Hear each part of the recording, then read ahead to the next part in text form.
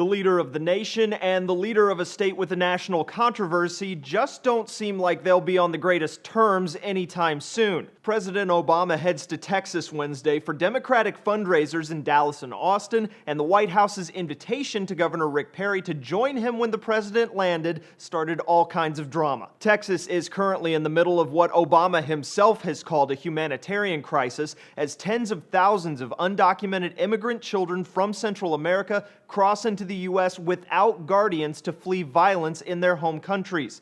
The White House has estimated as many as 80,000 immigrant children may enter the U.S. this year. I have to believe that when you do not respond in any way, that you are either inept or you have some ulterior motive. That interview on ABC's This Week was labeled everything from terrible to distributing a conspiracy theory, but Perry's comments the president doesn't particularly care whether the U.S. border is secure certainly got the governor a lot of attention from both critics and his supporters. While the liberal-leaning Huffington Post noted Perry refused to greet President Obama on the tarmac for a handshake, conservative site The Daily Caller wrote the governor did so admirably. Obama and Perry did agree to meet Wednesday and talk about the immigration issue Texas is now facing. However, the president won't actually go to the U.S.-Mexican border. Again, the media takes differed. I'm much more concerned about the policy than the optics of whether or not he happens to go to the border.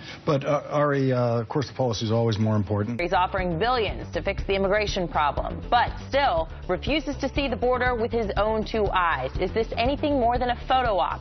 So I hope this doesn't become the Katrina moment for President Obama.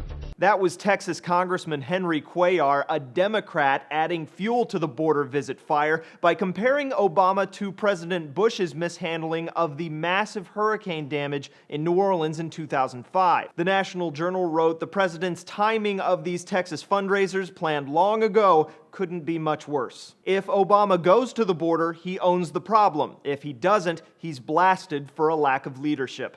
For Newsy, I'm Cliff Judy.